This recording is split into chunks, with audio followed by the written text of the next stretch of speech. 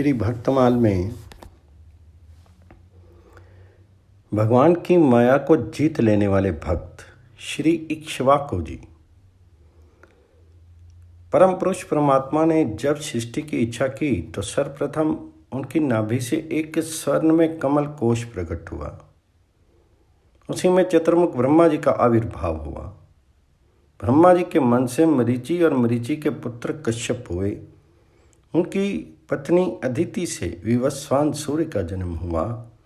विश्वान की संज्ञा नामक पत्नी से श्राद्देव मनु का जन्म हुआ। परम मनस्वी राजा श्राद्देव मनु ने अपनी पत्नी श्रद्धा के गर्भ से 10 पुत्र उत्पन्न किए, जिनमें सबसे ज्येष्ठ इक्ष्वाकु जी थे। कहीं कहीं मनु जी की नासिका से इक्ष्वाकु का प्रादुर्भाव होना पाया जाता है। श्री इक्ष्वाकु जी अयोध्या के प्रथम राजा हुए। वाल्मीकि रामायण में महाराज इक्ष्वाकु जी बड़े ही प्रजावत्सल राजा हुए।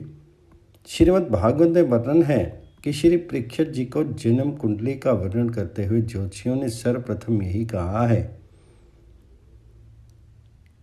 कि धर्मराज ये बालक मनु पुत्र इक्ष्वाकु के समान अपनी प्रजा का पालन करेगा। महाभारत के युद्ध में भगवान श्री कृष्ण ने गीता ज्ञान का अनादित्व वर्णन करते हुए श्री इक्ष्वाकु जी का स्मरण किया है। श्री भगवान जी बोले, मैंने इस अविनाशी ज्ञान योग को सूर्य से कहा था। सूर्य ने अपने पुत्र वैवस्वत मनु से कहा और मनु ने अपने पुत्र राजा इक्ष्वाकु से कहा। इस प्रकार श्री इक्ष्वाकु जी महाराज गीता ज्ञान के आचार्य सिद्ध होते हैं। रीवा नरेश महाराज श्री रघुराज सिंह जी ने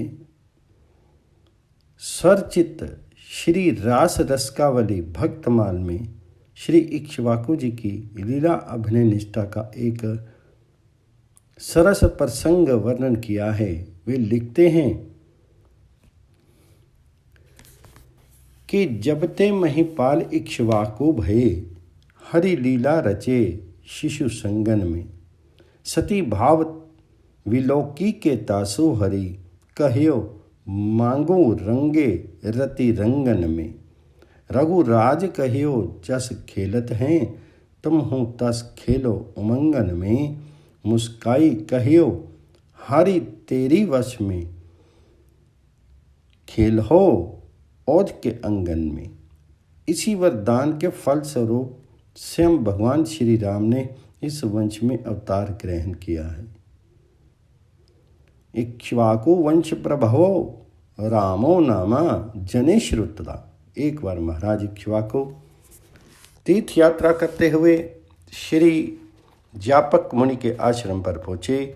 मुनि ने राजा को अर्घ्य पाद्य और आसन देकर के कुशल मंगल पूछने के बाद इस प्रकार का, महाराज आपका स्वागत है, मैं अपनी शक्ति के अनुसार आपकी क्या सेवा करूं, ये आप मुझे बताइए। तो राजा ने कहा, विप्रवर, मैं क्षत्रिय राजा हूं और आप स्वधर्म में स्थित ब्राह्मण हैं, अतः मैं आपको कुछ धन देना चाहता हूं।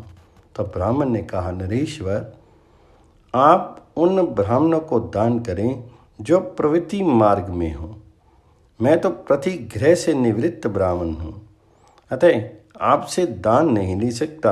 हाँ, आपको जो अभिष्ट हो वह कहें, मैं अपने तपोबल से पूर्ण कर दूंगा। तो इक्ष्वाकु जी बोले, क्षत्रियों को याचना का अभ्यास नहीं होता।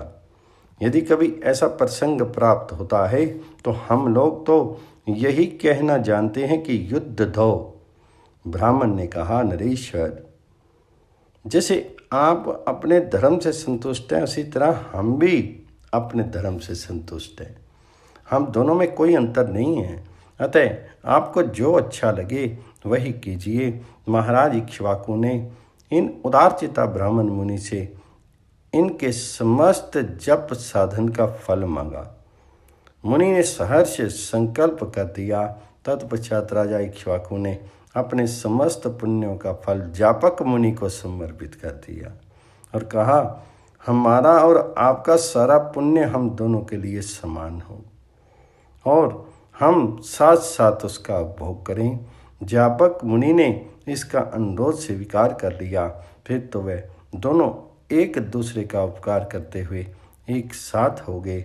वे एक ही साथ मन को विषयों की ओर से हटा करके मन सहित प्राण, अपान, उदान, समान और व्यान, इन पांचों प्राणवायुओं को सुषुम्ना मार्ग द्वारा मूर्धा में स्थापित करके समाधि में स्थित होगी।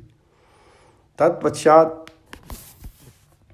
दोनों ही ब्रह्मरंध्र का भेदन करके दिव्य रूप धारण करके ब्रह्मलोक को गए और सभी देवताओं के देखते देखते श्री ब्रह्मा जी के मुखारविंद में प्रविष्ट हो गए।